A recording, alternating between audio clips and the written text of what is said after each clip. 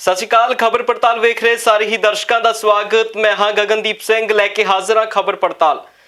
ਪੰਜਾਬ ਦੇ ਵਿੱਚ ਵੱਡੇ ਸਿਆਸੀ ਬਿਆਨ ਆਏ ਨੇ ਤੇ ਇਸ ਬਿਆਨਾਂ ਦੇ ਨਾਲ ਪੰਜਾਬ ਦੇ ਨਾਲ ਭਾਰਤ ਦੀ ਸਿਆਸਤ ਹਿੱਲੀ ਹੈ। ਪੰਜਾਬ ਦੇ ਮੁੱਖ ਮੰਤਰੀ ਕੈਪਟਨ ਅਮਰਿੰਦਰ ਸਿੰਘ ਹੁਣ ਧਰਨਿਆਂ ਦੇ ਉੱਤੇ ਨਜ਼ਰ ਆਉਣਗੇ। ਇਹਨਾਂ ਦੇ ਨਾਲ ਹੀ ਵੱਡੇ ਸਵਾਲ ਖੜੇ ਹੋਏ ਨੇ। ਇਹਨਾਂ ਵੱਡੇ ਸਵਾਲਾਂ ਦੇ ਉੱਤੇ ਚਰਚਾ ਦੇ ਲਈ ਸਾਡੇ ਨਾਲ ਸਟੂਡੀਓ 'ਚ ਮੌਜੂਦ ਨੇ ਸੀਨੀਅਰ ਪੱਤਰਕਾਰ ਸੁਰਿੰਦਰ ਡੱਲਾ ਜੀ। ਪਹਿਲਾਂ ਸਵਾਗਤ ਕਰਦੇ ਹਾਂ ਤੇ ਫਿਰ ਚਰਚਾ ਦੇ ਵੱਲ ਵਧਦੇ ਹਾਂ। ਬਹੁਤ ਧੰਨਵਾਦ ਗਗਨ ਜੀ, ਸਾਰਿਆਂ ਦਾ ਹੀ ਬਹੁਤ ਬਹੁਤ ਧੰਨਵਾਦ। ਡੱਲਾ ਜੀ, ਕਿਸ ਤਰ੍ਹਾਂ ਵੇਖ ਰਹੇ ਹੋ ਕੈਪਟਨ ਅਮਰਿੰਦਰ ਸਿੰਘ ਦਾ ਵੱਡਾ ਬਿਆਨ ਕਿ ਉਹ ਧਰਨਾ ਦੇਣਗੇ ਰਾਜਪਾਥ ਦੇ ਉੱਤੇ ਜਾ ਕੇ? ਉੱਥੋਂ ਵੱਡੀ ਸਿਆਸਤ ਦੀ ਹਲਚਲ ਮਹਿਸੂਸ ਕਰ ਰਹੇ ਹੋ? ਨਹੀਂ, ਦੇਖੋ ਇਹ ਤਾਂ ਜ਼ਰੂਰੀ ਹੋ ਗਿਆ ਸੀ ਨਾ, ਹੋਰ ਕੋਈ ਰਾਹ ਬਚਿਆ ਨਹੀਂ। ਤੁਸੀਂ ਦੇਖੋ ਪੰਜਾਬ ਦੇ ਵਿੱਚ 5 ਥਰਮਲ ਪਲਾਂਟ ਨੇ, 4 ਸਰਕਾਰੀ ਹੈ, 1 ਨਿੱਜੀ ਹੈ ਜੀ, ਸਾਰੇ ਬੰਦ ਹੋ ਗਏ। ਕੋਲਾ ਪੂਰੀ ਤਰ੍ਹਾਂ ਨਾਲ ਮੁੱਕ ਗਿਆ ਔਰ ਬਹੁਤ ਸਾਰੇ ਲੋਕ, ਸਿਆਸੀ ਲੋਕ ਜਿਹੜੇ ਪਹਿਲਾਂ ਕਹਿੰਦੇ ਸੀ ਵੀ ਪੰਜਾਬ 'ਚ ਕੋਲਾ ਇੰਨੀ ਛੇਤੀ ਨਹੀਂ ਖਤਮ ਹੋ ਸਕਦਾ, ਇਹ ਤਾਂ ਹੁਣ ਸਾਫ਼ ਹੋ ਗਿਆ। ਆ ਕੱਟ ਵੀ ਪੰਜਾਬ 'ਚ ਕਈ ਪਾਸੇ ਲੱਗਣ ਲੱਗ ਗਏ। ਸੋ ਭਾਵ ਹੁਣ ਅਸੀਂ ਪੰਜਾਬੀ ਸਾਰੇ ਤਿਆਰ ਰਹੀਏ। ਆਉਂਦੇ ਸਮੇਂ 'ਚ ਅੱਜ ਤੋਂ ਹੀ, ਹੁਣੇ ਤੋਂ ਹੀ, ਕਿਸੇ ਵੀ ਵੇਲੇ ਸਾਨੂੰ ਪੰਜਾਬ ਦੇ ਵੱਖ-ਵੱਖ ਹਿੱਸਿਆਂ ਦੇ ਵਿੱਚ ਬਿਜਲੀ ਕੱਟ ਦਾ ਸਾਹਮਣਾ ਕਰਨਾ ਪੈ ਸਕਦਾ, ਕਿਉਂਕਿ ਬਿਜਲੀ ਵੰਡ ਕੇ ਹੁਣ ਪੰਜਾਬ ਦੇ ਵਿੱਚ ਜਿੰਨੀ ਕੁ ਸਾਨੂੰ ਮਿਲ ਰਹੀ ਹੈ ਕੇਂਦਰੀ ਪੂਲ ਤੋਂ, ਉਹ ਵੀ ਬੜੀ ਮਹਿੰਗੀ ਮਿਲ ਰਹੀ ਹੈ। ਸੋ ਉਹ ਮਿਲ ਜੁਲ ਕੇ ਹੁਣ ਬਿਜਲੀ ਹੈ ਜਿਹੜੀ ਉਹ ਆਊਗੀ ਔਰ ਇਹ ਔਖੀ ਘੜੀ ਹੈ, ਇਹ ਮਿਲ ਜੁਲ ਕੇ ਸਭ ਨੂੰ ਕੱਢਣੀ ਪੈਣੀ ਹੈ। ਪਰ ਸਵਾਲ ਇਹ ਵੱਡਾ ਹੈ ਕਿ ਕੇਂਦਰ ਦਾ ਅਜਿਹਾ ਵਤੀਰਾ ਕਿਉਂ ਹੈ ਇੱਕ ਸੂਬੇ ਦੇ ਪ੍ਰਤੀ? ਸੋ ਪੰਜਾਬ ਦੇ 2 ਮੈਂਬਰ ਪਾਰਲੀਮੈਂਟ ਨੇ ਭਾਰਤੀ ਜਨਤਾ ਪਾਰਟੀ ਦੇ, 2 MLA ਨੇ ਬੀਜੇਪੀ ਦੇ, ਉਹ ਬਿਲਕੁਲ ਵੀ ਖੁੱਲ ਕੇ ਸਮਰਥਨ 'ਚ ਨਹੀਂ ਆਏ ਪੰਜਾਬ ਦੇ। ਆ ਸਨੀ ਦਿਓਲ ਦੇਖ ਲਓ, ਲਾਹੌਰ ਚਲਾ ਗਿਆ ਸੀ ਤਾਰਾ, ਪਰ ਗੁਰਦਾਸਪੁਰ ਨਹੀਂ ਉਹ ਤੋਂ ਆਇਆ ਗਿਆ। ਐਡੀ ਵਿਪਤਾ 'ਚ ਪੰਜਾਬ ਦੇ ਲੋਕ ਨੇ। ਸਨੀ ਦਿਓਲ ਨੂੰ ਅਸਤੀਫਾ ਦੇ ਦੇਣਾ ਚਾਹੀਦਾ ਸੀ ਵੀ ਮੈਂ ਨਹੀਂ ਕਰਨੀ ਐਮਪੀਸ਼ਿਪ ਜੀ, ਜੇ ਪੰਜਾਬੀਆਂ ਦੇ ਨਾਲ ਇਸ ਤਰੀਕੇ ਦਾ ਸਲੂਕ ਹੋਊਗਾ। ਸੋ ਜਿੰਨੇ ਵੀ ਜਾਗਦੀ ਜ਼ਮੀਰ ਵਾਲੇ ਲੀਡਰ ਨੇ ਵਿਰੋਧੀ ਧਿਰਾਂ ਦੇ, ਸਾਰਿਆਂ ਨੂੰ ਪੰਜਾਬ ਦੇ ਹੱਕ 'ਚ ਡਟਣਾ ਚਾਹੀਦਾ, ਮੋਦੀ ਸਾਹਿਬ ਕੋਲੇ ਜਾ ਕੇ ਖੜ ਜਾਣਾ ਚਾਹੀਦਾ। ਔਰ ਕੈਪਟਨ ਅਮਰਿੰਦਰ ਜਿਹੜਾ ਧਰਨਾ ਲਾ ਰਹੇ ਨੇ, ਮੈਨੂੰ ਇਹ ਲੱਗਦਾ ਹੈ ਕਿ ਇਹ ਸੰਕੇਤਕ ਧਰਨਾ ਹੈ ਕੈਪਟਨ ਅਮਰਿੰਦਰ ਦਾ।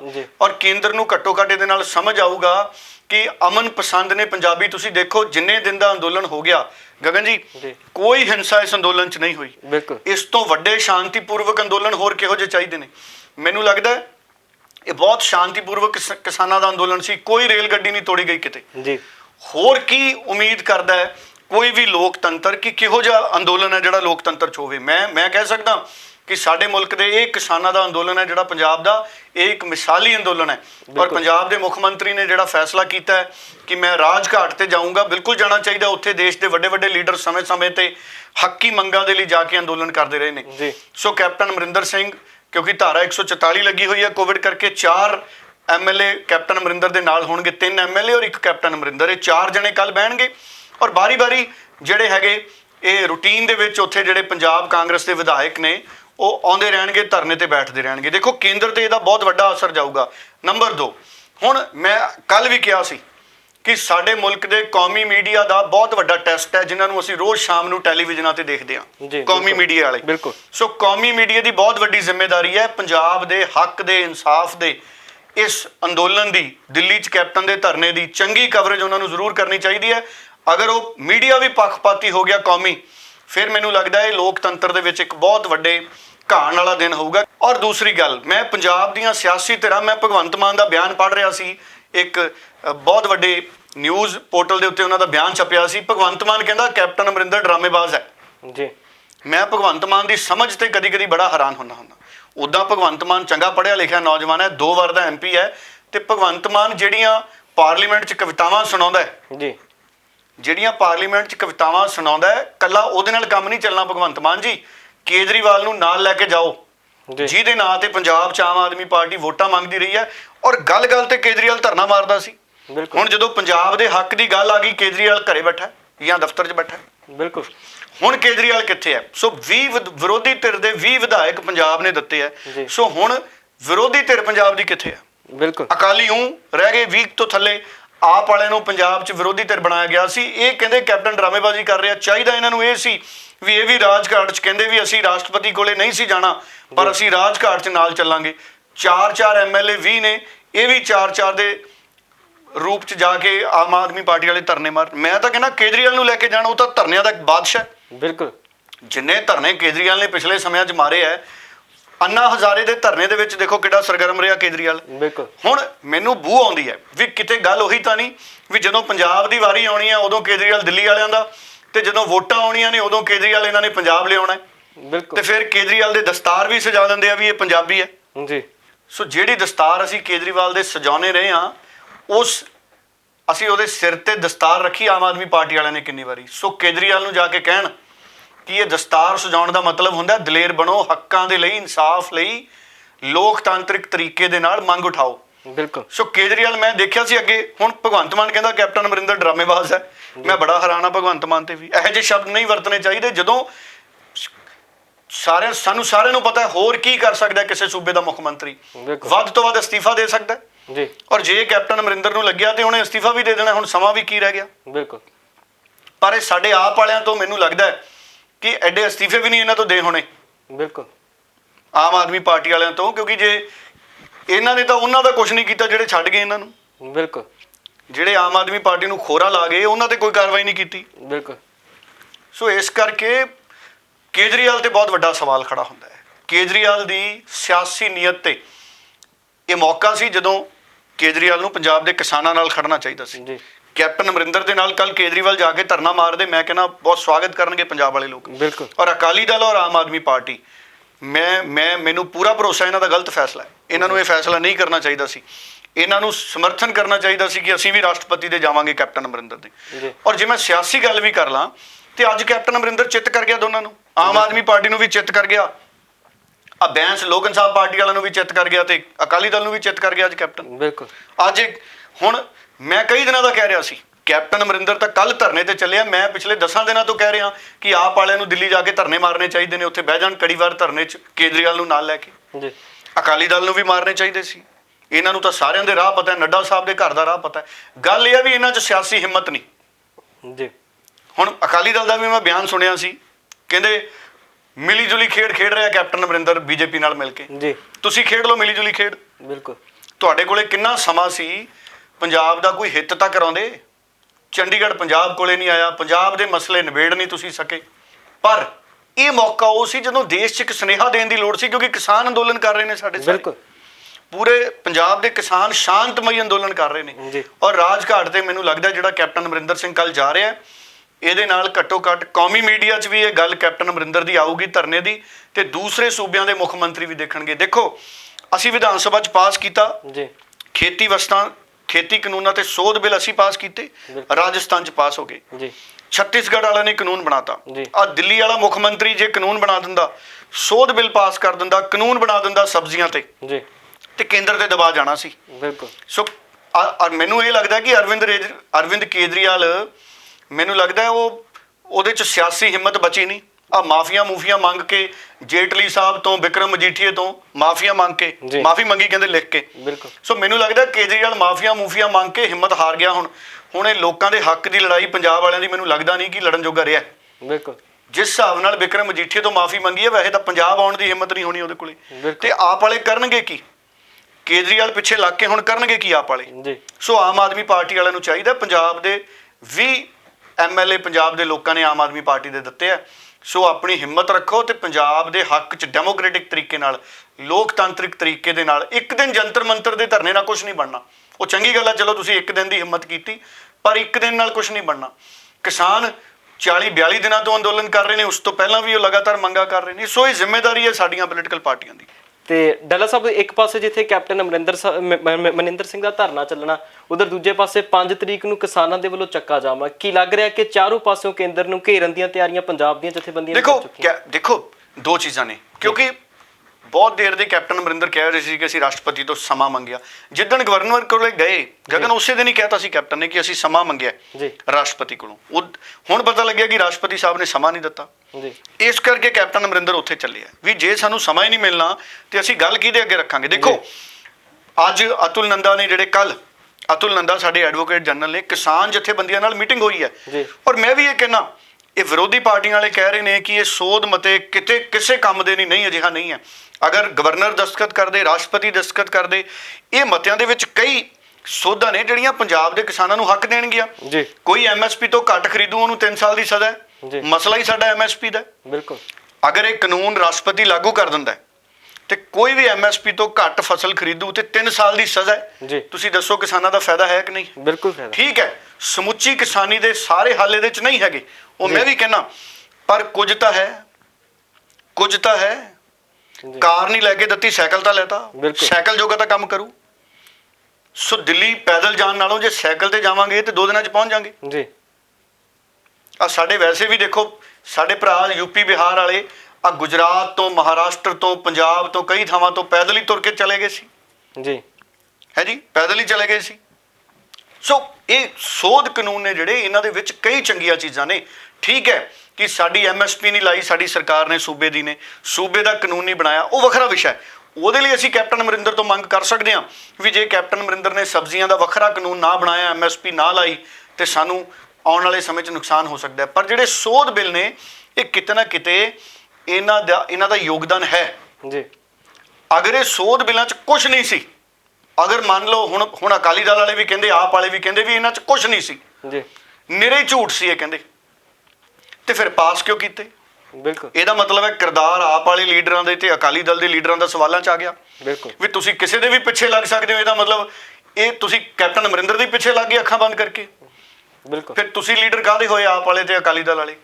ਜੇ ਵਿਧਾਨ ਸਭਾ 'ਚ ਕੈਪਟਨ ਅਮਰਿੰਦਰ ਤੁਹਾਨੂੰ ਪਿੱਛੇ ਹੀ ਲਾ ਗਿਆ ਜੀ, ਹੈ ਜੀ, ਬਿਲਕੁਲ, ਜੇ ਕੈਪਟਨ ਅਮਰਿੰਦਰ ਤੁਹਾਨੂੰ ਪਿੱਛੇ ਹੀ ਲਾ ਗਿਆ ਤੇ ਫਿਰ ਵਧੀਆ ਗੱਲ ਆ, ਉਹ ਮੁੱਖ ਮੰਤਰੀ ਹੈ। ਬਿਲਕੁਲ। ਵੀ ਫਿਰ ਤੁਸੀਂ ਮੁੱਖ ਮੰਤਰੀ ਬਣਨ ਜੋਗੇ ਹੈ ਹੀ ਨਹੀਂ। ਬਿਲਕੁਲ, ਇਹਨੂੰ ਇੰਜ ਵੀ ਦੇਖ ਸਕਦੇ ਹਾਂ ਜੀ। ਸੋ ਸਿੱਧੂ ਦਾ ਸਟੈਂਡ ਰਿਹਾ, ਪਰ ਸਟੈਂਡ ਹੋਣਾ ਚਾਹੀਦਾ ਵਿਰੋਧੀ ਪਾਰਟੀਆਂ ਦਾ ਵੀ। ਆਪ ਵਾਲਿਆਂ ਨੂੰ ਦੇਖੋ, ਮੈਂ ਕਹਿੰਦਾ ਹਜੇ ਵੀ ਡੁੱਲੇ ਬੇਰਾਂ ਦਾ ਕੁਝ ਨਹੀਂ ਵਿਗੜਿਆ ਜੀ, ਹਜੇ ਤਾਂ ਧੋਣੇ ਵੀ ਨਹੀਂ ਪੈਣੇ ਚੱਕ ਕੇ। ਬਿਲਕੁਲ। ਸੋ ਤੁਸੀਂ ਜਾਓ ਦਿੱਲੀ, ਤੁਸੀਂ ਆਪਣੀ ਵੱਖਰੀ, ਤੁਸੀਂ ਜੰਤਰ ਮੰਤਰ, ਆਮ ਆਦਮੀ ਪਾਰਟੀ ਵਾਲੇ ਵੀ ਬਹਿ ਜਾਣ ਵੀ ਅਸੀਂ ਵੀ ਧਰਨਾ ਦੇਵਾਂਗੇ, ਆਮ ਆਦਮੀ ਪਾਰਟੀ ਵਾਲੇ ਜੰਤਰ ਮੰਤਰ ਆ ਸਵੇਰੇ 5 ਵਾਲੀ ਬੱਸ 'ਚ ਬਹਿ ਜਾਣ। ਹੁਣ ਤਾਂ ਪੰਜਾਬ ਸਰਕਾਰ ਦੀਆਂ ਵੀ ਚੱਲਦੀਆਂ ਜੀ। ਜਾਣ ਦਿੱਲੀ, ਕਾਰਾਂ ਆਪਣੀਆਂ ਹੈਗੀਆਂ, ਵਿਧਾਨ ਸਭਾ 'ਚ ਚੰਗੀਆਂ ਸੋਹਣੀਆਂ ਕਾਰਾਂ ਦਿੱਤੀਆਂ ਹੋਈਆਂ ਨੇ। ਆ ਪਿੱਛੇ ਜੇ ਨਵੀਆਂ ਖਰੀਦੀਆਂ ਕੈਪਟਨ ਅਮਰਿੰਦਰ ਨੇ ਕਾਰਾਂ, ਬਿਲਕੁਲ, ਪੰਜਾਬ ਦੇ ਵਿਧਾਇਕਾਂ ਨੂੰ ਕਾਰਾਂ ਦਿੱਤੀਆਂ। ਸੋ ਸਾਰੇ ਐਮਐਲਏ ਕੋਲੇ ਸਰਕਾਰੀ ਕਾਰ ਹੈ, ਤੁਸੀਂ ਜਾਓ ਦਿੱਲੀ 5 ਵਜੇ ਸਵੇਰੇ ਨਿਕਲ ਲਓ ਮੂੰਹ ਨੇਰੇ, 11 ਵਜੇ ਨੂੰ ਦਿੱਲੀ ਜੰਤਰ ਮੰਤਰ, 12 ਵਜੇ ਨੂੰ ਵੱਧ ਤੋਂ ਵੱਧ। ਬਿਲਕੁਲ। ਸੋ ਬੈਠੋ ਧਰਨੇ ਤੇ। ਅਕਾਲੀ ਦਲ ਨੂੰ ਵੀ ਧਰਨੇ ਮਾਰਨੇ ਚਾਹੀਦੇ। ਇਸ ਵਕਤ ਕਿਸਾਨ ਧਰਨਿਆਂ ਤੇ ਬੈਠੇ, ਤੁਸੀਂ ਦੱਸੋ ਕਿਸਾਨ ਸਾਡੇ ਧਰਨਿਆਂ ਤੇ ਬੈਠੇ ਸੀ ਇੰਨੇ ਸਮਿਆਂ ਦੇ। ਬਿਲਕੁਲ। ਟੋਲ ਜਾਮ ਨੇ, ਚਲੋ ਰੇਲ ਗੱਡੀਆਂ ਵਾਲੇ ਤਾਂ ਪਲੇਟਫਾਰਮ ਉਹਨਾਂ ਨੇ ਖਾਲੀ ਕਰਤੇ 22 ਤਰੀਕ ਤੋਂ ਹੀ। ਉਹ ਕਹਿੰਦੇ ਚਲਾਓ ਰੇਲ ਗੱਡੀਆਂ, ਉੱਥੇ ਸਾਡੀ ਕੇਂਦਰ ਸਰਕਾਰ ਦੀ ਵੀ ਗਲਤੀ ਹੈ ਵੀ ਤੁਸੀਂ ਰੇਲ ਗੱਡੀਆਂ ਨਹੀਂ ਚਲਾ ਰਹੇ। ਸੋ ਕਿਸੇ ਵੀ ਸੂਬੇ ਦੇ ਨਾਲ ਅਜਿਹਾ ਵਰਤੀਰਾ ਕਿਸੇ ਵੀ ਕੇਂਦਰ ਦੀ ਸਰਕਾਰ ਨੂੰ ਨਹੀਂ ਕਰਨਾ ਚਾਹੀਦਾ। ਬਿਲਕੁਲ ਨਹੀਂ ਕਰਨਾ ਚਾਹੀਦਾ। ਪਹਿਲਾਂ ਅਸੀਂ ਭੁਗਤਿਆ 84 ਵੇਲੇ, ਦੇਖੋ ਆ ਉਹੀ ਦਿਨ ਚੱਲਦੇ ਆ ਜੀ। ਉਦੋਂ ਵੀ ਕੇਂਦਰ ਦੇ ਵਤੀਰੇ ਇਹੋ ਜਿਹੇ ਸੀ, ਆ ਹੁਣ ਵੀ ਕੇਂਦਰ ਦੇ ਵਤੀਰੇ ਉਹੋ ਜਿਹੇ ਨੇ। ਇਹ ਨਹੀਂ ਚਾਹੀਦਾ।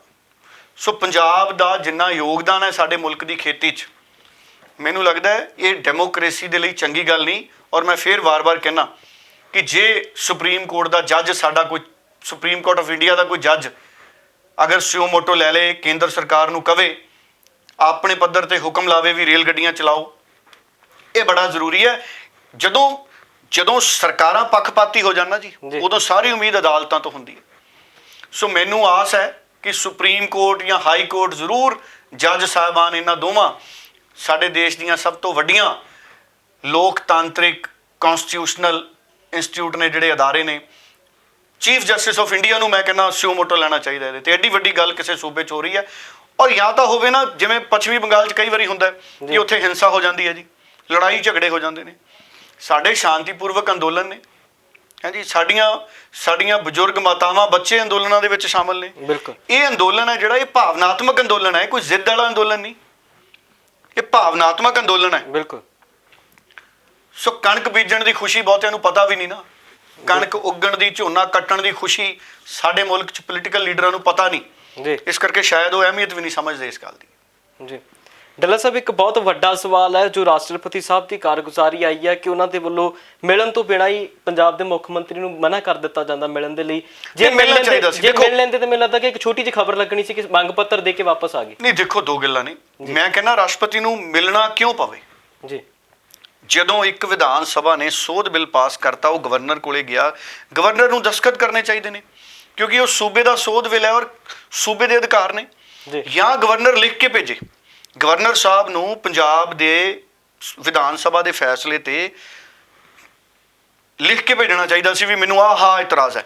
ਜੀ ਵੀ ਆਹ ਚੀਜ਼ ਮੈਂ ਤੁਹਾਨੂੰ ਵਾਪਸ ਭੇਜਦਾ। ਅੱਗੇ ਪਿਛਲੇ ਸਮਿਆਂ 'ਚ ਗਵਰਨਰ ਕਈ ਜਿਹੜੇ ਬਿੱਲ ਪਾਸ ਹੁੰਦੇ ਨੇ ਉਹ ਵਾਪਸ ਭੇਜ ਦਿੰਦੇ ਨੇ, ਜੀ ਉਸ ਤੋਂ ਬਾਅਦ ਸਰਕਾਰ ਫੇਰ ਵਾਪਸ ਭੇਜਦੀ ਹੈ। ਉਹ ਕੋਲ ਹੀ ਰੱਖ ਕੇ ਬਹਿ ਗਏ ਨਾ। ਤੁਸੀਂ ਕਿਸੇ ਨੂੰ ਫਾਈਲ ਦਿਆ ਏ, ਜੀ ਦੂਜਾ ਵਿਅਕਤੀ ਫਾਈਲ ਤੁਹਾਡੀ ਰੱਖ ਕੇ ਹੀ ਥੱਲੇ ਬਹਿ ਗਿਆ, ਜਾਂ ਕੁਰਸੀ ਦੇ ਜਾਂ ਟੇਬਲ ਤੇ ਜਾਂ ਦਰਾਜ 'ਚ ਪਾ ਕੇ ਰੱਖਤੀ, ਫਿਰ ਜੀ। ਤੁਸੀਂ ਕੀ ਕਰੋਗੇ? ਬਿਲਕੁਲ ਜਦ ਤੱਕ ਤੁਹਾਨੂੰ ਕੋਈ ਜਵਾਬ ਆਊਗਾ ਤਾਂ ਹੀ ਤੁਸੀਂ ਜਵਾਬ ਦੋਗੇ ਨਾ ਅੱਗੇ। ਜੀ ਸੋ ਗਵਰਨਰ ਨੂੰ ਚਾਹੀਦਾ ਸੀ ਕਿ ਸਰਕਾਰ ਨੂੰ ਦੱਸਦਾ ਅਗਰ ਕੋਈ ਕਮੀ ਪੇਸ਼ੀ ਸੀ। ਸੋ ਗਵਰਨਰ ਬੜਾ ਮਾਨਯੋਗ ਅਹੁਦਾ ਹੁੰਦਾ। ਜੀ ਸੋ ਗਵਰਨਰ ਸਾਹਿਬ ਨੇ ਤਾਂ ਸ਼ਾਂਤੀ ਬਣਾ ਲਈ, ਜਮਾਂ ਚੁੱਪ। ਜੀ ਇਸੇ ਕਰਕੇ ਰਾਸ਼ਟਰਪਤੀ ਕੋਲੇ ਜਾ ਰਹੇ ਸੀ। ਸੋ ਮੈਨੂੰ ਲੱਗਦਾ ਹੈ ਕਿ ਡੈਮੋਕ੍ਰੇਸੀ ਦੇ ਵਿੱਚ ਅਜਿਹਾ ਨਹੀਂ ਹੋਣਾ ਚਾਹੀਦਾ। ਜੀ ਇੱਕ ਸੂਬੇ ਦੀ ਗੱਲ ਹੈ, ਇਹ ਕਿਸੇ ਇੱਕ ਵਿਅਕਤੀ ਵਿਸ਼ੇਸ਼ ਦੀ ਗੱਲ ਨਹੀਂ, ਇਹ ਕਿਸੇ ਇੱਕ ਵਿਅਕਤੀ ਦੀ ਮੰਗ ਨਹੀਂ ਸੀ, ਬਿਲਕੁਲ ਇਹ ਸੂਬੇ ਦੀ ਮੰਗ ਸੀ। ਸੋ ਜ਼ਰੂਰ ਸੋਚਣਾ ਚਾਹੀਦਾ ਸੀ ਇਸ ਪਾਸੇ। ਮੈਨੂੰ ਲੱਗਦਾ ਹੈ ਕਿ ਪੋਲੀਟੀਕਲ ਤੌਰ ਤੇ, ਰਾਜਨੀਤਿਕ ਤੌਰ ਤੇ ਪੰਜਾਬ ਦੇ ਲਈ ਇਹ ਕੋਈ ਚੰਗਾ ਵਕਤ ਨਹੀਂ ਹੈ। ਇਸ ਤਰੀਕੇ ਨਾਲ ਕਿਸੇ ਵੀ ਡੈਮੋਕ੍ਰੇਸੀ 'ਚ ਨਹੀਂ ਹੋਣਾ ਚਾਹੀਦਾ। ਜੀ ਢਿੱਲੋਂ ਸਾਹਿਬ, ਜਿਸ ਤਰ੍ਹਾਂ ਕੈਪਟਨ ਅਮਰਿੰਦਰ ਸਿੰਘ ਨੇ ਧਰਨਾ ਦੇਣ ਦਾ ਐਲਾਨ ਕੀਤਾ, ਹੁਣ ਸਾਰਿਆਂ ਦੀ ਨਿਗਾਹਾਂ ਨਵਜੋਤ ਸਿੰਘ ਸਿੱਧੂ ਤੇ ਵੀ ਟਿਕੀਆਂ ਨੇ ਕਿ ਨਵਜੋਤ ਸਿੰਘ ਸਿੱਧੂ ਧਰਨੇ ਦੇ ਵਿੱਚ ਕੈਪਟਨ ਅਮਰਿੰਦਰ ਸਿੰਘ ਦੇ ਨਾਲ ਆਉਣਗੇ। ਨਹੀਂ ਦੇਖੋ, ਜਦੋਂ ਵਾਰ-ਵਾਰ ਸਾਰੇ ਵਿਧਾਇਕਾਂ ਨੇ ਜਾਣਾ, ਨਿਸ਼ਚਿਤ ਤੌਰ ਤੇ ਨਵਜੋਤ ਸਿੰਘ ਸਿੱਧੂ ਵੀ ਧਰਨੇ ਤੇ ਜਾਊਗਾ। ਜੀ ਜਦੋਂ ਕੈਪਟਨ ਅਮਰਿੰਦਰ ਨਾਲ ਕੱਲ 3 ਵਿਧਾਇਕ ਜਾਣਗੇ, ਜੀ ਅਗਲੇ ਗੇੜੇ 'ਚ ਫਿਰ 4 ਵਿਧਾਇਕ ਜਾਣਗੇ, ਨਵਜੋਤ ਸਿੰਘ ਸਿੱਧੂ ਵੀ ਜਾਊਗਾ। ਦੇਖੋ ਉਹ ਤਾਂ ਬੜਾ ਕਲੀਅਰ ਹੈ ਕਿਸਾਨ ਮਸਲੇ ਤੇ, ਉਹ ਤਾਂ ਕਹਿੰਦਾ ਸੀ ਇਹ ਪਹਿਲਾ ਕਦਮ ਹੈ, ਆਪਾਂ ਅਗਲਾ ਕਦਮ ਵਧਾਓ ਸਰਕਾਰੋ। ਜੀ ਸਿੱਧੂ ਨੇ ਤਾਂ ਉਦੋਂ ਵਿਧਾਨ ਸਭਾ 'ਚ ਕੈਪਟਨ ਨੂੰ ਵੀ ਕਹਿਤਾ ਸੀ ਵੀ ਇਹ ਪਹਿਲਾ ਕਦਮ ਹੈ, ਸਾਨੂੰ ਅੱਗੇ ਵਧਣਾ ਪਊਗਾ। ਜੀ ਔਰ ਇਹ ਅੱਗੇ ਵਧਣ ਦੀ ਵਾਰੀ ਆ ਗਈ। ਹੁਣ ਇਹ ਅੱਗੇ ਦੇਖੋ, ਸਿੱਧੂ ਵੀ ਆਊਗਾ ਇਸ ਧਰਨੇ 'ਚ। ਜੀ ਇਸ ਧਰਨੇ 'ਚ ਸਾਰੇ ਕਾਂਗਰਸ ਦੇ ਐਮਐਲਏ ਸ਼ਾਮਲ ਹੋਣਗੇ, ਮੈਂਬਰ ਪਾਰਲੀਮੈਂਟ ਵੀ ਬੈਠਣਗੇ ਜਾ ਕੇ। ਜੀ ਮੈਂ ਉਹੀ ਤਾਂ ਗੱਲ ਤੁਹਾਨੂੰ ਕਹਿ ਰਿਹਾ ਕਿ ਇਸ ਵਕਤ ਮੈਂ ਤਾਂ ਇੱਥੋਂ ਤੱਕ ਚਾਹੂੰਗਾ ਕਿ ਆਮ ਆਦਮੀ ਪਾਰਟੀ ਤੇ ਅਕਾਲੀ ਦਲ ਦੇ ਲੀਡਰ ਜੀ ਇਹ ਵੀ ਨਾਲ ਜਾ ਕੇ ਬੈਠਣ ਕੈਪਟਨ ਅਮਰਿੰਦਰ ਦੇ। ਬਿਲਕੁਲ ਇਹ ਤਾਂ ਪੰਜਾਬ ਦੇ ਹੱਕ 'ਚ ਰਾਜਘਾਟ ਤੇ ਧਰਨਾ ਲੱਗ ਰਿਹਾ ਨਾ ਜੀ। ਜੀ ਇਹ ਸ਼ਾਂਤੀਪੂਰਵਕ ਧਰਨਾ 4 ਬੰਦਿਆਂ ਦਾ, 4 ਐਮਐਲਏ ਅਕਾਲੀ ਦਲ ਦੇ 4 ਉਹ ਚਲੇ ਜਾਣ। ਇਸ ਤੋਂ ਬਾਅਦ ਬਿਲਕੁਲ ਮੈਂ ਕਹਿੰਦਾ ਉਹ ਵੱਖਰੀ ਥਾਂ ਤੈਅ ਕਰ ਲੈਣ। ਮੁਲਕ 'ਚ, ਜੀ ਕੌਮੀ ਰਾਜਧਾਨੀ 'ਚ 4 ਵਿਅਕਤੀ ਸ਼ਾਂਤੀਪੂਰਵਕ ਕਿਤੇ ਵੀ ਬਹਿ ਸਕਦੇ ਆ। ਜੀ ਸੋ ਇਹ ਬੜਾ ਜ਼ਰੂਰੀ ਹੈ। ਦੇਖੋ, ਸ਼ਾਂਤੀਪੂਰਵਕ ਡੈਮੋਕ੍ਰੈਟਿਕ ਤਰੀਕੇ ਦੇ ਨਾਲ ਆਪਣੀ ਗੱਲ ਨੂੰ ਅੱਗੇ ਲੈ ਕੇ ਜਾਣਾ ਜ਼ਰੂਰੀ ਹੈ। ਨਹੀਂ ਤਾਂ ਕਿਵੇਂ ਦੱਸਾਂਗੇ ਅਸੀਂ? ਤੁਹਾਨੂੰ ਰੇਲ ਮੰਤਰੀ ਨਹੀਂ ਮਿਲ ਰਿਹਾ, ਤੁਹਾਨੂੰ ਖਜ਼ਾਨਾ ਮੰਤਰੀ ਨਹੀਂ ਮਿਲ ਰਿਹਾ, ਸਾਡੇ ਐਮਪੀ ਉੱਥੇ ਤੁਰੇ ਫਿਰ ਰਹੇ ਨੇ। ਜੀ ਚਲੋ 1 ਦਿਨ ਹੋਇਆ ਤੁਸੀਂ ਕੰਮ ਤੇ ਹੋ, 2 ਦਿਨ ਹੋਏ, 3 ਦਿਨ, 4 ਦਿਨ, ਹੁਣ ਤਾਂ ਕਈ ਦਿਨ ਹੋ ਗਏ। ਜੀ ਚਿੱਠੀ ਵੀ ਲਿਖਤੀ ਨੱਡਾ ਸਾਹਿਬ ਨੂੰ। ਮੈਂ ਹੈਰਾਨ, ਬੀਜੇਪੀ ਵਾਲੇ ਨਹੀਂ ਗਏ। ਬਿਲਕੁਲ ਸਨੀ ਦਿਓਲ ਤਾਂ ਚਲੋ ਮਹਾਰਾਸ਼ਟਰ 'ਚ ਬੈਠਾ, ਪਤਾ ਨਹੀਂ ਬੀਜੇਪੀ ਨੇ ਕਿਉਂ ਉਹਨੂੰ ਐਮਪੀ ਬਣਾਤਾ, ਕਿ ਉਹਨਾਂ ਨੇ ਸਨੀ ਦਿਓਲ ਵਰਗਾ ਸਾਡਾ ਨੁਮਾਇੰਦਾ ਚੁਣਿਆ ਜਿਹੜਾ ਇਸ ਵੇਲੇ ਜਦੋਂ ਸਾਨੂੰ ਲੋੜ ਹੈ ਉਹ ਆਪਣੇ ਘਰ ਹੈ ਬਿਲਕੁਲ ਜਾਂ ਸ਼ੂਟਿੰਗ ਕਰ ਰਿਹਾ ਹੋਣਾ। ਜੀ ਤੇ ਕਿਸਾਨ ਸਾਡੇ ਉਹ ਖੂਨ ਦੇ ਹੰਝੂ ਰੋ ਰਹੇ ਨੇ। ਜੀ ਸੋ ਗੁਰਦਾਸਪੁਰ ਵਾਲੇ ਜਿਨ੍ਹਾਂ ਨੇ ਵੋਟ ਪਾਈ ਹੈ, ਸੋ ਅਗਲੀ ਵਾਰੀ ਜ਼ਰੂਰ ਸੋਚ ਸਮਝ ਕੇ ਵੋਟ ਪਾਈਓ। ਢਿੱਲੋਂ ਸੋ ਸਾਹਿਬ ਕਈ ਵਾਰੀ ਆਪਾਂ ਨਾ ਫਿਲਮੀ ਹਸਤੀਆਂ ਜੀ ਆਪਾਂ ਭਰਮਾਏ ਜਾਂਦੇ ਆ ਵੀ ਸਨੀ ਦਿਓਲ ਆ ਗਿਆ ਜੀ, ਪਤਾ ਨਹੀਂ ਗੁਰਦਾਸਪੁਰ ਦਾ ਕੀ ਕਰ ਦੂ। ਜੀ ਸੋ ਪੋਲੀਟੀਕਲ ਪਾਰਟੀਆਂ ਵਾਲੇ ਇਹੋ ਜਿਹੇ ਕਾਮਯਾਬ ਬੰਦੇ ਲੱਭ ਲਿਆਉਂਦੇ ਆ ਵੀ ਇਹਦਾ ਨਾਮ ਬਹੁਤ ਹੈ, ਇਹਦੀ ਫੈਨ ਫੋਲੋਇੰਗ ਬਹੁਤ ਹੈ, ਵੀ ਸੁਨੀਲ ਜਾਖੜ ਸਾਹਮਣੇ ਇਹਨੂੰ ਖੜਾ ਦਿਓ। ਜੀ ਆ ਪਿੱਛੇ ਜੇ ਬੜਾ ਰੌਲਾ ਪਿਆ ਸੀ ਜਦੋਂ ਪਿਛਲੇ ਇਸ ਤੋਂ ਪਹਿਲਾਂ, ਉਦੋਂ ਕਹਿੰਦੇ ਸੀ ਅਕਾਲੀ ਦਲ ਵਾਲੇ ਵੀ ਸਨੀ ਦਿਓਲ ਨੂੰ ਟਿਕਟ ਦੇ ਸਕਦੇ ਆ। ਜੀ ਸੋ ਮੈਂ ਕਈ ਵਾਰੀ ਹੈਰਾਨ ਬੜਾ ਹੁੰਨਾ ਕਿ ਪੋਲੀਟੀਕਲ ਪਾਰਟੀਆਂ ਦੇਖੋ, ਰਾਜਨੀਤੀ ਪੇਸ਼ਾ ਨਹੀਂ ਸੇਵਾ ਹੈ। ਜੀ ਰਾਜਨੀਤੀ ਪੇਸ਼ਾ ਨਹੀਂ ਸੇਵਾ ਹੈ। ਮੈਂ ਕਹਿੰਦਾ ਕਦੀ ਭਗਤ ਸਿੰਘ ਜੇਲ੍ਹ ਚੋਂ ਨਹੀਂ ਭੱਜਿਆ। ਬਿਲਕੁਲ ਜੇ ਸਾਡੇ ਮੁਲਕ ਦਾ ਇਹ ਹਾਲ ਦੇਖ ਲੈਂਦਾ, ਅੱਜ ਤੱਕ ਜੇਲ੍ਹ 'ਚ ਹੁੰਦਾ, ਉਹਨੇ ਜੇਲ੍ਹ ਤੋੜ ਕੇ ਬਾਹਰ ਆ ਜਾਣਾ ਸੀ। ਬਿਲਕੁਲ। ਤੁਸੀਂ ਮੁਲਕ ਦਾ ਹਾਲ ਕੀ ਬਣਾਤਾ? ਢਿੱਲੋਂ ਸਾਹਿਬ, ਇੱਕ ਪਾਸੇ ਜਿੱਥੇ ਬਿਜਲੀ ਦਾ ਸੰਕਟ ਹੈ, ਉਧਰ ਦੂਜੇ ਪਾਸੇ ਕਹਿੰਦੇ ਅੱਜ ਕੇਂਦਰ ਸਰਕਾਰ ਨੇ ਦੂਜੀ ਕਿਸ਼ਤ ਜਿਹੜੀ ਜਾਰੀ ਕੀਤੀ ਹੈ ਜੀਐਸਟੀ ਦੀ, ਪੰਜਾਬ ਦਾ ਨਾਮ ਫੇਰ ਨਹੀਂ ਆਇਆ ਉਹਦੇ 'ਚ। ਤੁਸੀਂ ਦੇਖੋ, ਜੀਐਸਟੀ ਦਾ ਪੈਸਾ ਕੇਂਦਰ ਨਹੀਂ ਦੇ ਰਿਹਾ। ਜੀ ਜੀਐਸਟੀ ਦਾ ਪੈਸਾ ਨਹੀਂ ਮਿਲ ਰਿਹਾ ਪੰਜਾਬ ਨੂੰ। ਆ ਦੂਜੀ ਕਿਸ਼ਤ 'ਚ ਵੀ ਕਹਿੰਦੇ ਨਾਂ ਨਹੀਂ ਆਇਆ। 6000 ਕਰੋੜ ਵੰਡਿਆ ਗਿਆ ਕਈ ਸੂਬਿਆਂ ਨੂੰ, ਗੁਜਰਾਤ ਨੂੰ ਵੀ ਦੇਤਾ, ਅਰੁਣਾਚਲ ਪ੍ਰਦੇਸ਼, ਹਰਿਆਣਾ ਦੇਤਾ, ਹਿਮਾਚਲ ਪ੍ਰਦੇਸ਼ ਨੂੰ ਦੇਤਾ, ਆ ਮਹਾਰਾਸ਼ਟਰ ਵਾਲਿਆਂ ਨੂੰ ਵੀ ਦੇਤਾ। ਪੰਜਾਬ ਦਾ ਨਾਮ ਹੈ ਨਹੀਂ, ਪਹਿਲੀ ਲਿਸਟ 'ਚ ਵੀ ਹੈ ਨਹੀਂ ਸੀ। ਬਿਲਕੁਲ ਪੰਜਾਬ ਦੀਆਂ ਸਿਆਸੀ ਚੀਕਾਂ ਨਿਕਲੀਆਂ ਪਈਆਂ ਨੇ, ਤਨਖਾਹ ਦੇਣ ਨੂੰ ਪੈਸੇ ਨਹੀਂ ਹੁੰਦੇ ਸਾਡੇ ਕੋਲੇ। ਬਿਲਕੁਲ ਤੁਸੀਂ ਢਾਬੇ ਤੇ ਵੀ ਕਦੀ ਰੋਟੀ ਖਾ ਕੇ ਬਿੱਲ ਲੈਂਦੇ ਹੋ ਨਾ, ਜੀ ਤੇ ਉਹ ਜੀਐਸਟੀ ਦਾ ਪੈਸਾ ਚਲਾ ਜਾਂਦਾ ਕੇਂਦਰ ਸਰਕਾਰ ਕੋਲੇ। ਬਿਲਕੁਲ ਮੈਂ ਵੀ ਕਿਤੇ ਭੋਜਨ ਖਾਵਾਂ, ਬਿੱਲ ਲਈਦਾ ਹੈ, ਤੇ ਉਹ ਜੀਐਸਟੀ ਦਾ ਪੈਸਾ ਕੇਂਦਰ ਸਰਕਾਰ ਕੋਲੇ। ਬਿਲਕੁਲ ਸੋ ਟੈਕਸਾਂ ਦਾ ਪੈਸਾ, ਅਸੀਂ ਕੁਝ ਵੀ ਖਰੀਦਦੇ ਆ। ਆ ਫੋਨ ਖਰੀਦਿਆ ਸੀ ਪਿੱਛੇ ਜੇ ਮੈਂ, 18% ਜੀਐਸਟੀ ਲੱਗਿਆ ਇਹਦੇ ਤੇ। ਜੀ 18% ਜੀਐਸਟੀ। ਮੈਂ ਬੜਾ ਹੈਰਾਨ ਹੋਇਆ। ਉਹ ਜੀਐਸਟੀ ਸਰਕਾਰ ਕੋਲੇ ਚਲਾ ਜਾਂਦਾ। ਜੀ ਸੋ 6-7 ਹਜ਼ਾਰ ਇਹਦਾ ਮੁੱਲ ਸੀ, ਬਾਕੀ ਜੀਐਸਟੀ। ਉਹ ਵੀ ਕੇਂਦਰ ਕੋਲੇ ਚਲਾ ਗਿਆ। ਪਿਆ ਸਾਡਾ GST, ਮੇਰਾ ਵੀ ਪਿਆ ਹੋਣਾ ਦੇਖੋ ਵਿੱਚ ਹੀ, ਬਿਲਕੁਲ, ਜਿਹੜਾ ਵਾਪਸ ਆਉਣਾ ਸਾਡੇ ਮੁੜ ਕੇ। ਜੀ, ਸਾਡੇ ਸਾਰਿਆਂ ਦੇ GST ਪਏ। ਸੋ ਕੇਂਦਰ ਨੂੰ ਪੰਜਾਬ, ਦੇਖੋ ਕੇਂਦਰ ਤੇ ਸੂਬਿਆਂ ਦਾ ਹਿੱਸਾ ਹੈ। ਇੱਕ ਗੱਲ ਤੈਅ ਹੋ ਗਈ ਵੀ ਅਸੀਂ ਤੁਹਾਨੂੰ ਤੈਅ ਸਮੇਂ 'ਚ ਮੋੜਾਂਗੇ, ਫਿਰ ਮੋੜੋ ਕੇਂਦਰ ਨੂੰ ਕਹੋ। ਬਿਲਕੁਲ, ਪੱਖਪਾਤ ਕੀ ਹੁੰਦਾ ਹੈ? ਇਹੀ ਹੁੰਦਾ ਹੈ ਕਿ ਤੁਸੀਂ ਜਦੋਂ ਸੂਬੇ ਦੇ ਬਣਦੇ ਅਧਿਕਾਰ ਹੈ ਉਹਨਾਂ ਨੂੰ ਸਮੇਂ ਸਿਰ ਨਹੀਂ ਦਿੰਦੇ। ਜੀ, ਮੈਂ ਫਿਰ ਗੱਲ ਉਹੀ ਕਹੂੰਗਾ, ਕਈ ਵਾਰੀ ਮਕਾਨ ਮਾਲਕ ਮਾੜੇ ਹੁੰਦੇ, ਮੈਂ ਪਹਿਲਾਂ ਵੀ ਗੱਲ ਕੀਤੀ ਸੀ, ਤੁਸੀਂ ਕਹੋਗੇ ਫਿਰ ਲੈ ਲਈ। ਜੀ, ਕਈ ਵਾਰੀ ਮਕਾਨ ਮਾਲਕ ਮਾੜਾ ਆ ਜਾਂਦਾ ਹੈ, ਕਿਰਾਏਦਾਰ ਬਿਮਾਰ ਠਮਾਰ ਹੁੰਦਾ ਹੈ ਜਾਂ ਸਮੇਂ ਸਿਰ ਨਹੀਂ ਦਿੰਦਾ। ਚਲੋ ਕਈ ਕਿਰਾਏਦਾਰ ਵੀ ਇਹੋ ਜਿਹੇ ਹੁੰਦੇ ਜੀ, ਜਿਹੜੇ ਮਾੜੇ ਹੁੰਦੇ, ਪਰ ਮੈਂ ਉਦਾਹਰਨ ਦੋਨਾਂ ਦੀ ਦਿੰਦਾ। ਮਾੜਾ ਮਕਾਨ ਮਾਲਕ ਹੋਵੇ, ਉਹ ਰਾਤ ਨੂੰ ਮੀਟਰ ਹੀ ਬੰਦ ਕਰ ਦਿੰਦਾ, ਜਵਾਕ ਸੁੱਤੇ ਪਏ ਹੁੰਦੇ ਕਿਰਾਏਦਾਰ ਦੇ, ਜੀ, ਉਹਨੇ ਬਿੱਲ ਨਹੀਂ ਤਾਰਿਆ ਹੁੰਦਾ, ਉਹਦਾ ਮੀਟਰ ਬੰਦ ਕਰ ਦਿੰਦੇ। ਜੀ, ਕਈ ਇਹੋ ਜਿਹੇ ਵੀ ਹੁੰਦੇ ਵੀ ਉਹ ਬਿੱਲ ਟਾਈਮ ਸਿਰ ਕਿਰਾਇਆ ਦੇਈ ਜਾਂਦਾ, ਜੀ, ਉਹ ਜੁਗਤ ਲੜਾ ਲੈਂਦੇ ਵੀ ਆਪਾਂ ਨੂੰ ਕਿਰਾਇਆ ਘੱਟ ਹੈ, ਕਿਰਾਇਆ ਵਧਾਉਣਾ, ਕਹਿੰਦੇ ਰਾਤ ਨੂੰ ਬੱਤੀ ਬੰਦ ਕਰ ਦਿਓ, ਜੀ, ਵੀ ਆਪ ਹੀ ਕਿਰਾਇਆ ਵਧਾਓ। ਪੰਜਾਬੀ 'ਚ ਕਹਿੰਦੇ ਆ ਨਾ ਵੀ ਟੀਕਾ ਲਾਉਣਾ, ਜੀ, ਟੀਕਾ ਨਹੀਂ ਲਾਉਣਾ ਚਾਹੀਦਾ। ਟੀਕਾ ਸਿਰਫ ਡਾਕਟਰ ਦੇ ਹੱਥੋਂ ਜੱਚਦਾ ਹੈ, ਬਿਲਕੁਲ, ਕਿਉਂਕਿ ਉਦੋਂ ਸਾਹਮਣੇ ਵਾਲਾ ਬੰਦਾ ਮਰੀਜ਼ ਹੁੰਦਾ, ਮਰੀਜ਼ ਨੂੰ ਟੀਕੇ ਦੀ ਲੋੜ ਹੁੰਦੀ। ਸਿਹਤਮੰਦ ਵਿਅਕਤੀ ਨੂੰ ਟੀਕਾ ਲਵਾਓਗੇ, ਜੀ, ਟੀਕਾ ਲਾਓਗੇ, ਉਹਦਾ ਨੁਕਸਾਨ ਹੈ। ਬਿਲਕੁਲ, ਸੋ ਕੋਈ ਵੀ ਹੈ, ਭਾਵੇਂ ਸੂਬਾ ਹੈ ਭਾਵੇਂ ਕੇਂਦਰ ਹੈ, ਇੱਕ ਦੂਜੇ ਨੂੰ ਟੀਕਾ ਨਹੀਂ ਲਾਉਣਾ ਚਾਹੀਦਾ। ਸਿਆਸੀ ਟੀਕਾ, ਜੀ, ਇਹਦਾ ਨੁਕਸਾਨ ਹੈ, ਬਿਲਕੁਲ, ਰਿਐਕਸ਼ਨ ਕਰ ਜਾਂਦਾ ਕਈ ਵਾਰੀ। ਬਿਲਕੁਲ। ਤੇ ਡੱਲਾ ਸਾਹਿਬ, ਆਖਰੀ ਸਵਾਲ ਦੇ ਵੱਲ ਵਧਾਂਗੇ। ਕਿਸਾਨਾਂ ਦਾ 5 ਤਰੀਕ ਨੂੰ ਚੱਕਾ ਜਾਮ ਹੈ ਪੂਰੇ ਭਾਰਤ ਦੇ ਵਿੱਚ, ਕਿਸ ਤਰ੍ਹਾਂ ਵੇਖ ਰਹੇ ਹੋ ਇਸ ਚੱਕੇ ਜਾਮ ਨੂੰ, ਕਿ ਪੂਰੇ ਭਾਰਤ ਦੇ ਵਿੱਚ ਕਿਹੋ ਜਿਹਾ ਜਿਹੜਾ ਇਸ ਦਾ ਮੈਸੇਜ ਤੇ ਸੰਘਰਸ਼ ਨੂੰ ਹੋਰ ਕਿਹੜਾ ਰੂਪ ਮਿਲ ਸਕਦਾ ਹੈ? ਨਹੀਂ ਦੇਖੋ, 5 ਤਰੀਕ ਦਾ ਚੱਕਾ ਜਾਮ ਹੈ, ਇਹਦੇ ਨਾਲ ਦੇਖੋ ਸਾਡੇ ਮੁਲਕ 'ਚ ਕਿਸਾਨ ਅੰਦੋਲਨ ਡੈਮੋਕ੍ਰੈਟਿਕ ਹੀ ਰਹਿੰਦੇ ਆ। ਜੀ, ਹਾਂ ਤੁਸੀਂ ਦੇਖੋ ਗੁੱਜਰਾਂ ਦਾ ਅੰਦੋਲਨ ਚੱਲਦਾ ਪਿਆ ਰਾਜਸਥਾਨ 'ਚ, ਜੀ, ਉਹ 'ਚ ਮਾੜਾ ਮੋਟਾ ਕਿਤੇ ਨਾ ਕਿਤੇ ਠੰਡਾ ਤੱਤਾ ਹੋ ਜਾਂਦਾ ਹੈ। ਜੀ, ਪੰਜਾਬ ਦੇ ਅੰਦੋਲਨ ਸ਼ਾਂਤੀਪੂਰਵਕ ਨੇ, ਕਿਸਾਨਾਂ ਦੇ ਅੰਦੋਲਨ ਸ਼ਾਂਤੀਪੂਰਵਕ ਰਹੇ ਨੇ ਆਮ ਤੌਰ ਤੇ। ਜੀ, ਹੁਣ 5 ਤਰੀਕ ਨੂੰ ਚੱਕਾ ਜਾਮ ਕੀਤਾ ਜਾਊਗਾ 4 ਘੰਟੇ ਲਈ, ਜੀ, ਔਰ ਮੈਨੂੰ ਲੱਗਦਾ ਸਮਰਥਨ ਬਹੁਤ ਵੱਡਾ ਮਿਲੂਗਾ ਮੁਲਕ 'ਚ। ਔਰ ਦੇਸ਼ ਦੀਆਂ ਕਿਸਾਨ ਜਥੇਬੰਦੀਆਂ ਦਾ ਦਿੱਲੀ 'ਚ ਵੀ ਮੀਟਿੰਗ ਹੋਈ ਹੈ ਕੱਲ, ਜੀ, ਵੱਖ-ਵੱਖ ਕਿਸਾਨ ਜਥੇਬੰਦੀਆਂ ਦੀ, ਉਹਦਾ ਵੀ ਨਿਸ਼ਚਿਤ ਰੂਪ 'ਚ ਸਾਨੂੰ ਫਾਇਦਾ ਹੋਊਗਾ। ਜੀ, ਕਿਸਾਨ ਆਪਣੀ ਗੱਲ ਰੱਖਣਾ ਚਾਹੁੰਦੇ ਨੇ ਕੇਂਦਰ ਨਾਲ, ਟਕਰਾਅ ਥੋੜੀ ਕਰਨਾ ਚਾਹੁੰਦੇ ਨੇ ਸਰਕਾਰ। ਜੀ। ਕਿਸਾਨ ਕਹਿੰਦੇ ਅਸੀਂ ਆਪਣੀ ਗੱਲ ਰੱਖਣੀ ਹੈ, ਵੀ ਸਾਡੀ ਗੱਲ ਸੁਣ ਲਓ। ਆ ਬੀਜੇਪੀ ਦੇ ਕਈ ਲੀਡਰ ਮੈਂ ਟੀਵੀ 'ਚ ਬੋਲਦੇ ਸੁਣੇ। ਇੱਕ ਬੀਜੇਪੀ ਦਾ ਲੀਡਰ ਕਹਿੰਦਾ ਜਦ ਤੱਕ ਬੀਜੇਪੀ ਜਿਉਂਦੀ ਹੈ ਜੀ, ਤਦ ਤੱਕ MSP ਬੰਦ ਨਹੀਂ ਹੋਊ, ਸਰਕਾਰੀ ਖਰੀਦ ਬੰਦ ਨਹੀਂ ਹੋਊ। ਜੀ, ਮੈਂ ਕਿਹਾ ਆਪਾਂ ਤਾਂ ਚਾਹੁੰਦੇ ਹਾਂ ਬੀਜੇਪੀ ਹਮੇਸ਼ਾ ਜਿਉਂਦੀ ਰਹੇ। ਜੀ, ਕਹਿੰਦਾ ਜਦ ਤੱਕ ਬੀਜੇਪੀ ਜਿਉਂਦੀ ਹੈ ਮੈਂ ਦਾਵਾ ਕਰਦਾ। ਦਾਵਾ ਕੀ ਕਰਨਾ, ਲਿਖ ਦਿਓ ਕਾਨੂੰਨ 'ਚ 2 ਗੱਲਾਂ, ਬਿਲਕੁਲ, 2 ਲੈਣਾ ਪੈਣੀਆਂ ਕਾਨੂੰਨ 'ਚ, ਜੀ, ਮਸਲਾ ਖਤਮ ਹੈ।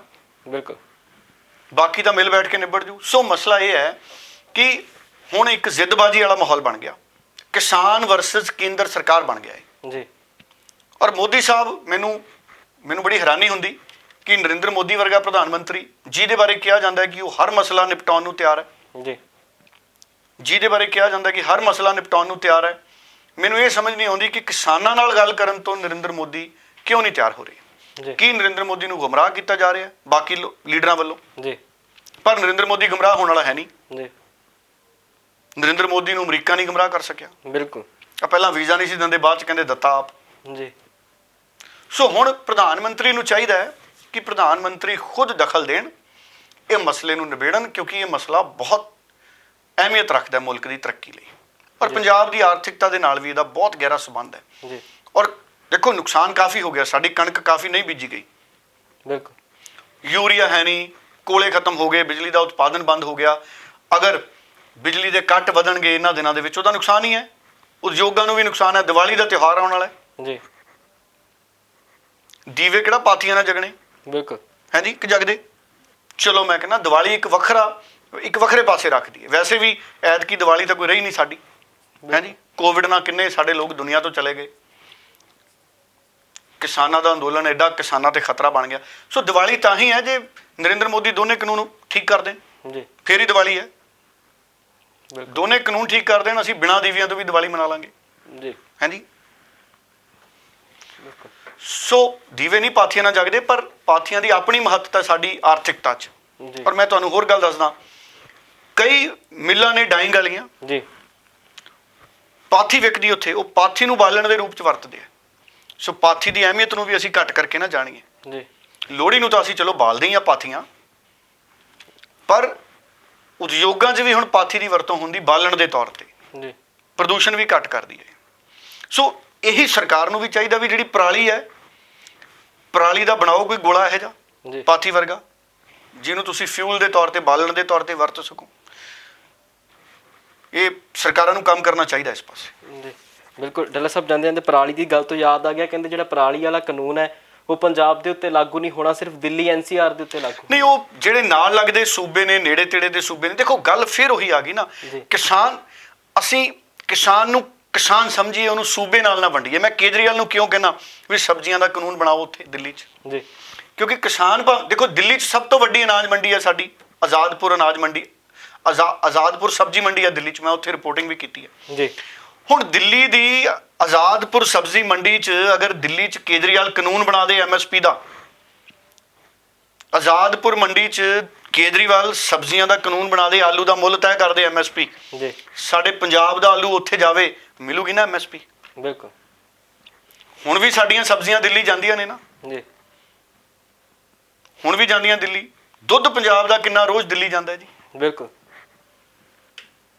ਜੇ ਦਿੱਲੀੋਂ ਪੰਜਾਬ ਨੂੰ ਬਹੁਤ ਕੁਝ ਆਉਂਦਾ ਹੈ ਤੇ ਪੰਜਾਬ ਤੋਂ ਵੀ ਦਿੱਲੀੋਂ ਬਹੁਤ ਕੁਝ ਜਾਂਦਾ ਹੈ। ਬਿਲਕੁਲ ਹੈ ਜੀ। ਸੋ ਇਸ ਕਰਕੇ ਮੈਨੂੰ ਇਹ ਲੱਗਦਾ ਹੈ ਕਿ ਅਰਵਿੰਦ ਕੇਜਰੀਵਾਲ ਨੂੰ ਵੀ ਸਬਜ਼ੀਆਂ ਦਾ ਕਾਨੂੰਨ ਬਣਾਉਣਾ ਚਾਹੀਦਾ, ਬਲਕਿ ਇਹ ਕੇਂਦਰ ਸਰਕਾਰ ਦੀ ਜ਼ਿੰਮੇਵਾਰੀ ਸੀ ਕਿ ਉਹ ਸਬਜ਼ੀਆਂ ਦੀ ਵੀ MSP ਤੈਅ ਕਰ ਦਿੰਦੀ ਪੂਰੇ ਮੁਲਕ 'ਚ। 10 ਸਬਜ਼ੀਆਂ ਦਾ ਟਰਾਇਲ ਸ਼ੁਰੂ ਕਰ ਦਿੰਦੇ ਵੀ ਅਸੀਂ ਇਹ ਪਹਿਲਾਂ 10 ਫਲ ਤੇ ਸਬਜ਼ੀਆਂ ਦਾ ਟਰਾਇਲ ਕਰਾਂਗੇ ਪਾਇਲਟ ਪ੍ਰੋਜੈਕਟ ਦੇ ਤੌਰ ਤੇ। ਫਿਰ ਸਾਡੇ ਮੁਲਕ 'ਚ ਤਰੱਕੀ ਦੇਖੋ ਕਿੱਥੇ ਹੁੰਦੀ ਆ। ਸਾਨੂੰ ਡਿਪੈਂਡੈਂਟ ਥੋੜੀ ਹੋਣਾ ਪੈਣਾ ਸੀ, ਨਿਰਭਰ। ਬਿਲਕੁਲ। ਅਸੀਂ ਸਾਡੇ ਪਿਆਜ਼ ਦਾ ਮੁੱਲ ਦੇਖ ਲਓ, ਦੀਵਾਲੀ ਦੇ ਮੌਕੇ ਤੇ ਲੋਕ ਤੋਹਫਿਆਂ 'ਚ ਪਿਆਜ਼ ਦੇ ਰਹੇ ਨੇ। ਕਾਂਗਰਸ ਵਾਲੇ ਪੰਜਾਬ ਦੇ ਗਵਰਨਰ ਨੂੰ ਦੇ ਕੇ ਆਏ, ਗਵਰਨਰ ਹਾਊਸ ਬਾਹਰ, ਪਤਾ ਨਹੀਂ ਜਾਣ ਦਿੱਤਾ ਅੰਦਰ ਜਾਂ ਨਹੀਂ ਜੀ, ਪਰ ਪਿਆਜ਼ ਲੈ ਕੇ ਗਏ ਟੋਕਰੀਆਂ 'ਚ ਪਾ ਕੇ। ਬਿਲਕੁਲ। ਉਹ ਗੱਲ ਠੀਕ ਵੀ ਹੈ ਜੀ। 80 ਰੁਪਏ ਦੇ ਦੇਸੀ 80-90 ਰੁਪਏ ਕਿਲੋ ਹੋ ਗਿਆ ਪਿਆਜ਼ ਜੀ। ਦੇਸੀ ਘਿਓ ਦੇ ਅਸੀਂ ਆਟੇ ਵਾਲੇ ਬਿਸਕੁਟ ਬਣਾ ਲਈਏ, ਕਿੰਨੇ ਬਣ ਜਾਣ। ਬਿਲਕੁਲ ਹੈ ਜੀ। ਸੋ ਪਿਆਜ਼ 90 ਰੁਪਏ ਦਾ ਦੇਖੋ, 2-4 ਤਾਂ ਅਸੀਂ ਰੋਟੀ ਖਾਣ ਲੱਗੇ ਪਿਆਜ਼, 2-4 ਤਾਂ ਅਸੀਂ ਉਹੀ ਛਿਲ ਦਿੰਦੇ ਸੀ ਪਹਿਲਾਂ। ਬਿਲਕੁਲ। ਵੀ ਪਿਆਜ਼ ਘੱਟ ਨਾ ਰਹਿ ਜੇ ਕਿਤੇ ਜੀ। ਸੋ ਮਲਾਈ ਤੇ ਪਿਆਜ਼, ਪਰੌਂਠੇ ਖਾਣ ਵਾਲੇ ਪੰਜਾਬੀ, ਮੱਕੀ ਦੀ ਰੋਟੀ, ਸਰੋਂ ਦਾ ਸਾਗ ਜੀ। ਤੇ ਇਹ ਸਥਿਤੀਆਂ ਨੇ ਜਿਹੜੀਆਂ ਇਹ ਹੁਣ ਜੋ ਲੱਗ ਰਹੀਆਂ ਨੇ ਇਹਨਾਂ ਕਾਨੂੰਨਾਂ ਕਰਕੇ ਜੀ, ਇਹ ਤਰੱਕੀ ਵਾਲੇ ਪਾਸੇ ਜਾਂਦੀਆਂ ਨਹੀਂ ਲੱਗ ਰਹੀਆਂ। ਤਰੱਕੀ ਵਾਲੇ ਪਾਸੇ ਜਾ ਸਕਦਾ ਕੰਮ। ਇਹ ਕਾਨੂੰਨਾਂ 'ਚ ਵੀ ਕੁਝ ਫਾਇਦੇ ਨੇ। ਮੈਂ ਕਦੀ ਵੀ ਇਹ ਕਾਨੂੰਨ ਮੁੱਢੋਂ ਰੱਦ ਨਹੀਂ ਕੀਤੇ ਜੀ, ਪਰ ਮੇਰੇ ਕਹਿਣ ਦਾ ਮਤਲਬ ਹੈ ਜਿਹੜੇ ਕਾਨੂੰਨ ਹੈ ਇਹਨਾਂ ਨੂੰ ਮਿਲ ਬੈਠ ਕੇ ਨਿਪਟਾ ਲੈਣਾ ਚਾਹੀਦਾ। 2 ਗੱਲਾਂ ਤੁਹਾਡੀਆਂ ਮੰਨੀਆਂ ਜਾਣਗੀਆਂ, 2 ਪੰਜਾਬ ਦੇ ਕਿਸਾਨਾਂ ਦੀਆਂ ਮੰਨ ਲਓ ਜੀ, ਤਾਂ ਕਿ ਸਾਡੀਆਂ ਵੀ ਮੰਡੀਆਂ ਵੀਰਾਨ ਨਾ ਹੋ ਜਾਣ ਕਿਤੇ। ਪਰ ਮੈਨੂੰ ਇਹ ਪਤਾ ਲੱਗਿਆ, ਦੇਖੋ ਬਿਹਾਰ ਦੀਆਂ ਚੋਣਾਂ 'ਚ ਮੁੱਦਾ ਬਣ ਗਿਆ। ਬਿਹਾਰ ਵਾਲੇ ਕਹਿੰਦੇ ਜਿੱਦਾਂ ਦੀਆਂ, ਕਿਉਂਕਿ ਸਾਡੇ ਬਹੁਤ ਸਾਰੇ ਬਿਹਾਰ ਵਾਲੇ ਭਰਾ ਪੰਜਾਬ 'ਚ ਆਉਂਦੇ ਜਾਂਦੇ ਨੇ, ਇੱਥੇ ਬਹੁਤ ਸਾਡੇ ਰਹਿੰਦੇ ਨੇ ਬਿਹਾਰ ਵਾਲੇ ਵੀ, UP ਵਾਲੇ ਵੀ, ਤੇ ਉਹ ਕਹਿੰਦੇ ਜਿੱਦਾਂ ਦੀਆਂ ਮੰਡੀਆਂ ਪੰਜਾਬ 'ਚ ਨੇ ਸਾਨੂੰ ਬਿਹਾਰ 'ਚ ਉੱਦਾਂ ਦੀਆਂ ਚਾਹੀਦੀਆਂ। ਤੁਸੀਂ ਦੇਖੋ ਜੀ, ਤੇ ਸਾਡੀਆਂ ਮੰਡੀਆਂ ਤੇ ਖਤਰਾ ਖੜਾ ਹੋ ਗਿਆ। ਬਿਹਾਰ ਵਾਲੇ ਕਹਿੰਦੇ ਸਾਨੂੰ ਪੰਜਾਬ ਵਰਗੀਆਂ ਮੰਡੀਆਂ ਬਣਾ ਦਿਓ ਉੱਥੇ ਜੀ। ਹੈ ਜੀ।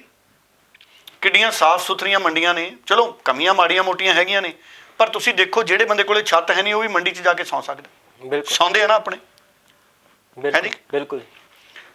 ਸੋ ਇਸ ਕਰਕੇ ਸਰਕਾਰਾਂ ਨੂੰ ਜ਼ਰੂਰ ਸੋਚਣਾ ਚਾਹੀਦਾ ਤਾਂ ਕਿ ਮੁਲਕ ਦਾ ਵੀ ਭਲਾ ਹੋਵੇ, ਖੇਤੀਬਾੜੀ ਦਾ ਵੀ ਭਲਾ ਹੋਵੇ ਔਰ ਅਸੀਂ ਤਰੱਕੀ ਕਰੀਏ ਜੀ। ਔਰ ਸਾਨੂੰ ਬਾਹਰੋਂ ਸਬਜ਼ੀਆਂ, ਦੇਖੋ ਅਸੀਂ ਹੁਣ ਵੀ ਦਾਲਾਂ ਬਾਹਰੋਂ ਮੰਗਾਈ ਜਾਂਦੇ ਹਾਂ, ਪਿਆਜ਼ ਬਾਹਰੋਂ ਮੰਗਾ ਰਹੇ ਹਾਂ।